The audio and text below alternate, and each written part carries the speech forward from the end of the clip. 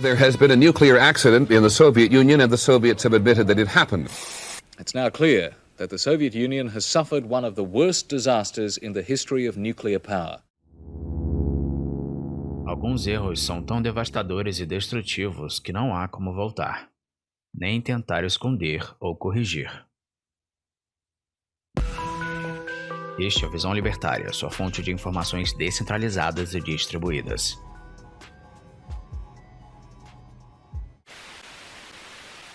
Este episódio faz parte de uma série de vídeos sobre o acidente nuclear de Chernobyl. É de extrema importância que você veja as partes anteriores, nas quais tratamos dos problemas dos reatores soviéticos, dos acontecimentos que levaram ao acidente e das tentativas do governo de esconder o ocorrido. Neste vídeo daremos continuidade às consequências do acidente e às tentativas de minimizar os riscos que ainda irão se estender por muitos anos.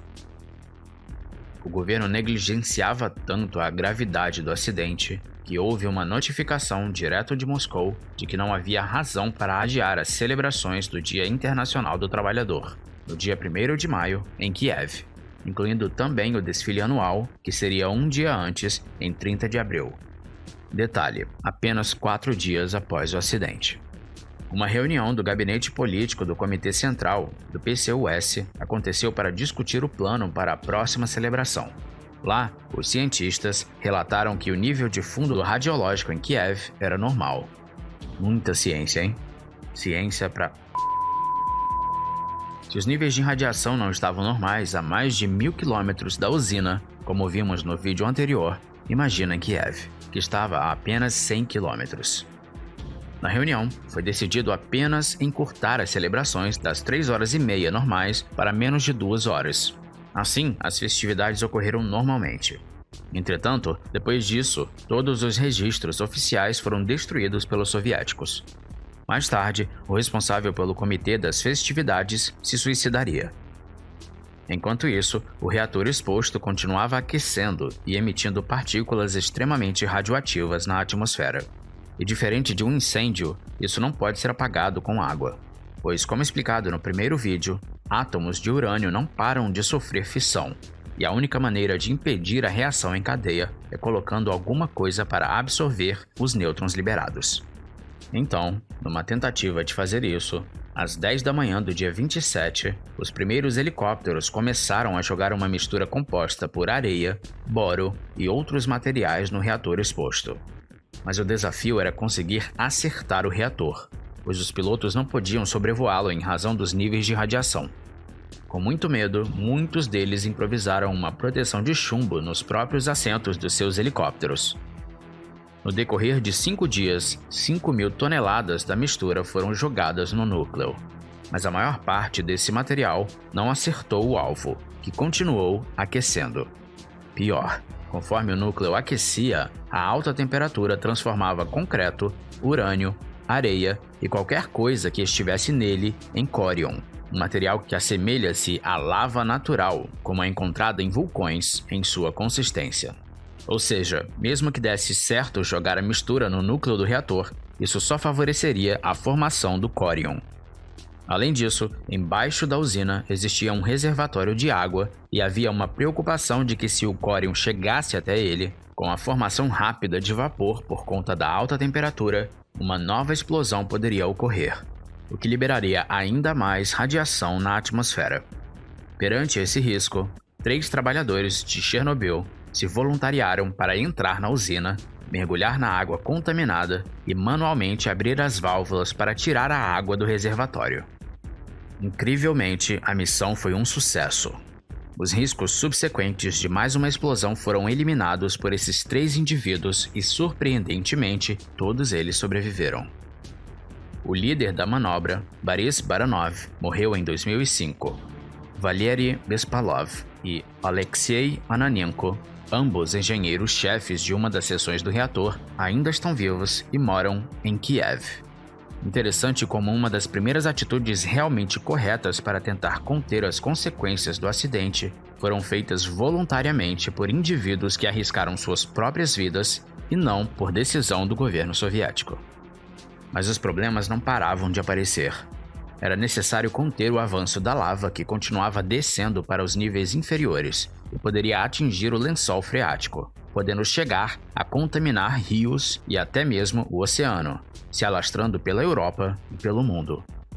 A solução então era cavar um túnel de 150 metros de diâmetro e criar uma contenção de 30 por 30 metros de cimento subterrâneo.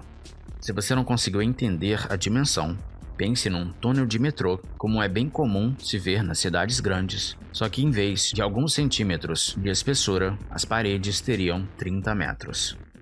Para fazer isso, foram contratados mineiros que tinham entre 20 e 30 anos de idade.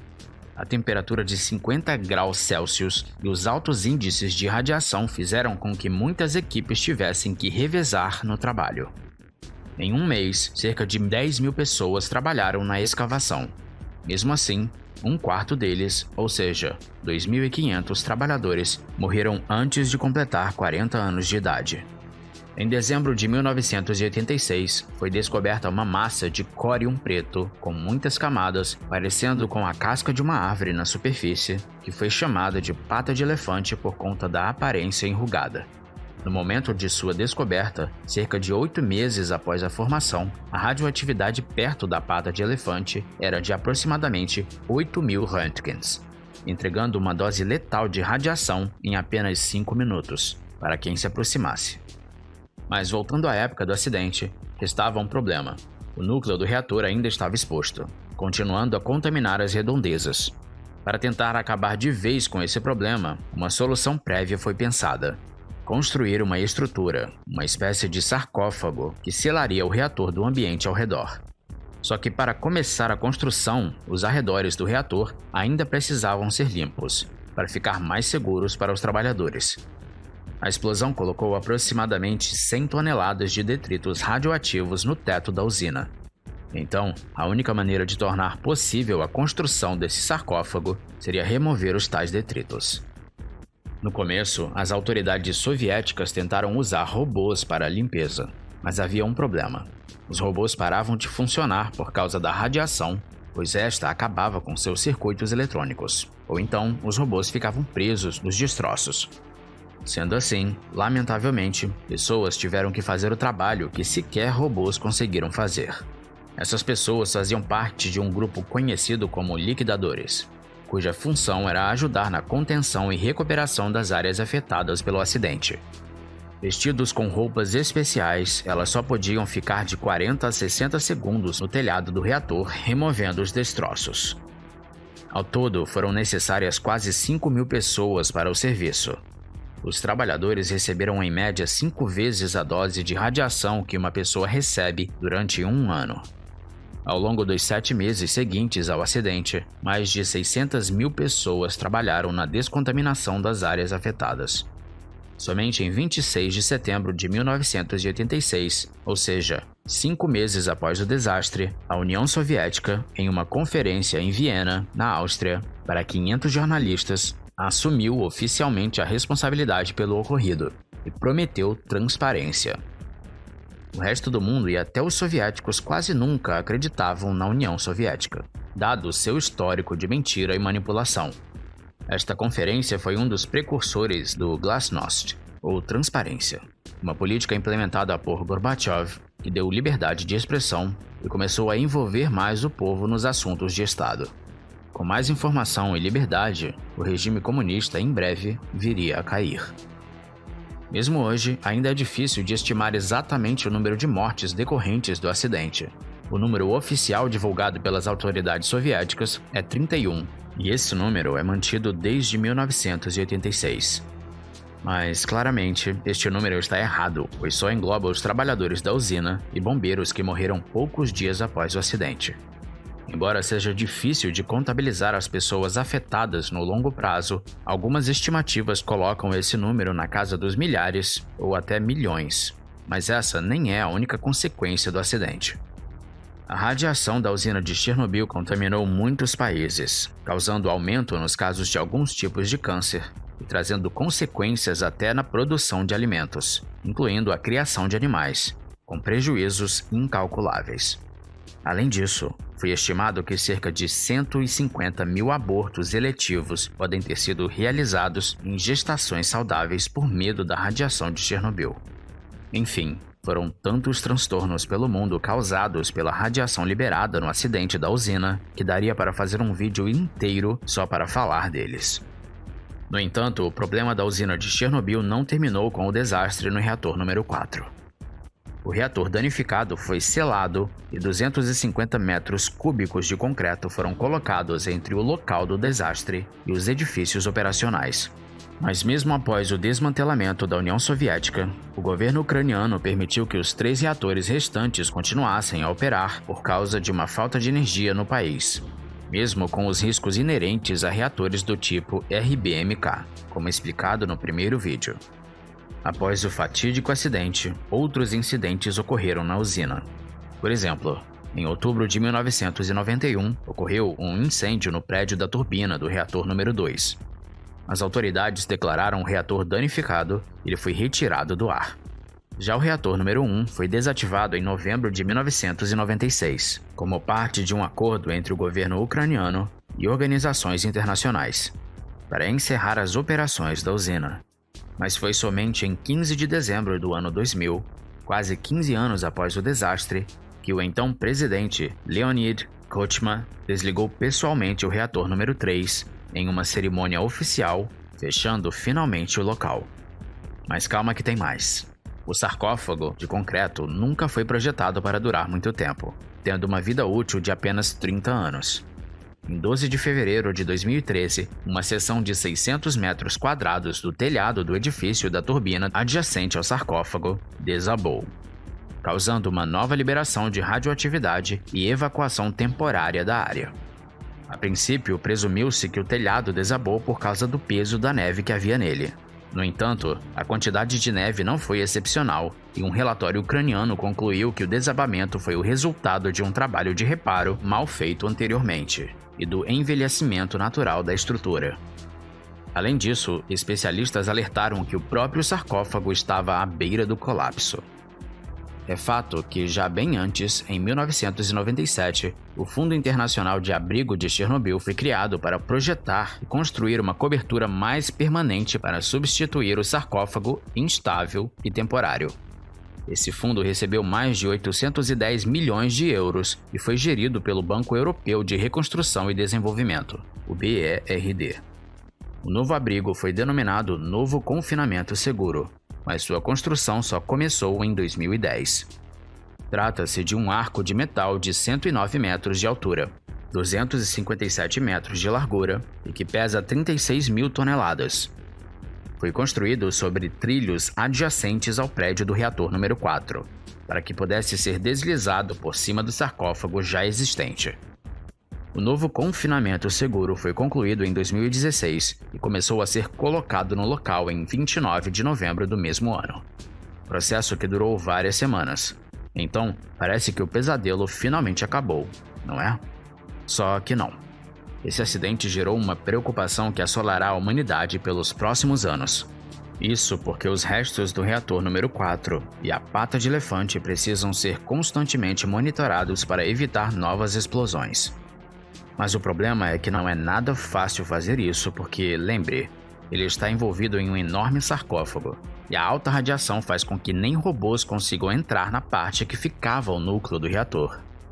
Em maio de 2021, o New Scientist relatou que, desde 2016, os pesquisadores detectaram um aumento de 40% nas emissões de nêutrons de uma sala selada contendo grandes quantidades de córium, aquela espécie de lava altamente radioativa e endurecida contendo muito do combustível de urânio do reator 4, conforme explicado anteriormente. Os cientistas dizem que o aumento das emissões é indicativo de uma reação de fissão nuclear crescente. Porém, eles não sabem se isso se extinguirá, como já ocorreu em outras partes da antiga planta da usina, ou se uma intervenção adicional será necessária. Existem muitas incertezas. Não podemos descartar a possibilidade de um acidente, disse Maxim Savelyev, do Instituto de Problemas de Segurança de Usinas Nucleares da Ucrânia, o ISP-NPP, em entrevista à Science no início do mês de maio. Neil Hyatt, um químico nuclear da Universidade de Sheffield, na Grã-Bretanha, disse também à Science que a ameaça não pode ser ignorada porque, desde a construção do novo confinamento seguro, a quantidade de água da chuva que se infiltrava na estrutura está diminuindo. Como a água desacelera os nêutrons à medida que os níveis dela continuam caindo, os cientistas temem que a reação de fissão se acelere exponencialmente, de acordo com Hyatt, causando assim uma liberação descontrolada de energia nuclear. Em entrevista à New Scientist, Hyatt disse que a situação é motivo de preocupação, mas não de alarme, acrescentando, porém, que a aceleração adicional na produção de nêutrons pode exigir mais intervenções. Bom, seja como for, o fato é que o local ainda continua sendo um perigo constante. Por fim, a verdade é que o desastre ocorrido em Chernobyl foi causado, dentre outras coisas, por incompetência e negligência estatal.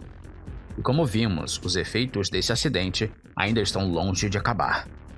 O enorme esforço de contenção e limpeza após o colapso já custou bilhões de dólares e não será concluído tão cedo.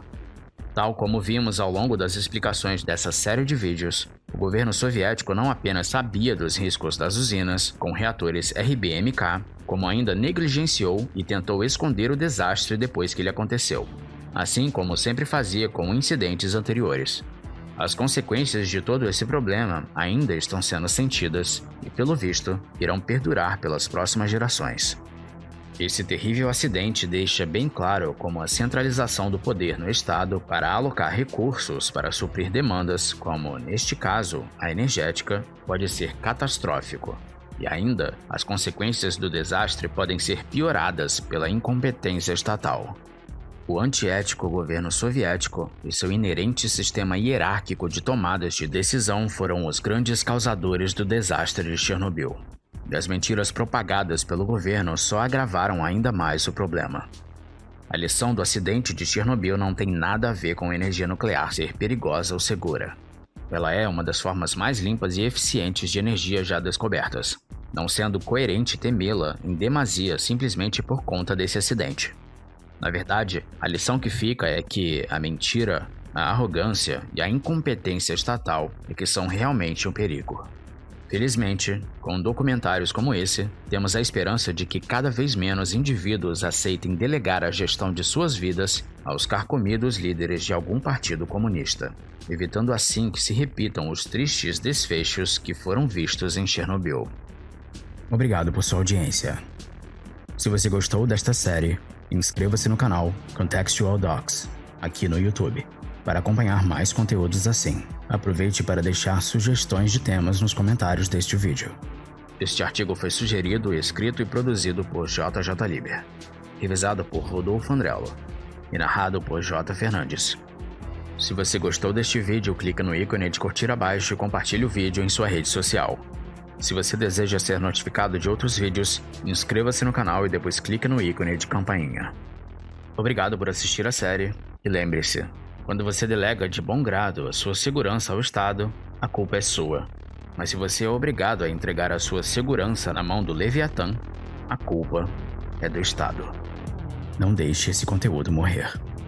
O mal precisa ser combatido. Assim, eu encerro minha participação no canal. Muito obrigado a todos até aqui. Até algum dia.